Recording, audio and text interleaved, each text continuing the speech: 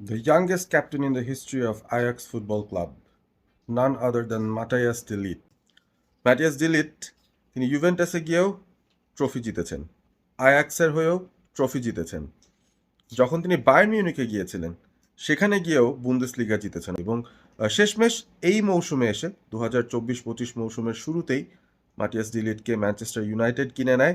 তবে যেই ডেবিউটা পেয়েছেন তিনি অ্যাজ এ স্টার্টার লিভারপুলের বিরুদ্ধে, সেই ম্যাচটায় ওল্ড ট্র্যাফোর্ডে নিজেদের ঘরের মাটিতেই ম্যানচেস্টার ইউনাইটেড 3-0 গোলে হেরেছিল। তবে সেই দায়টা ঘোচানোর একটা সুযোগ তিনি পেয়েছেন প্রিমিয়ার লিগে সাউথহ্যাম্পটনের বিরুদ্ধে ম্যানচেস্টার ইউনাইটেড যখন খেলতে নামল। এরিকসনের ছোট্ট একটা লে অফে ব্রুনো ফার্নান্ডেস যখন ক্রসটা বাড়িয়েছেন ডি বক্সের ভেতরে, ফার পোস্টে জার্গজির পাশাপাশি ডিলিটও দাঁড়িয়েছিলেন এবং চমৎকার একটা প্লেসিং হেডারে তিনি র্যামসডেলকে পরাস্ত করেছেন।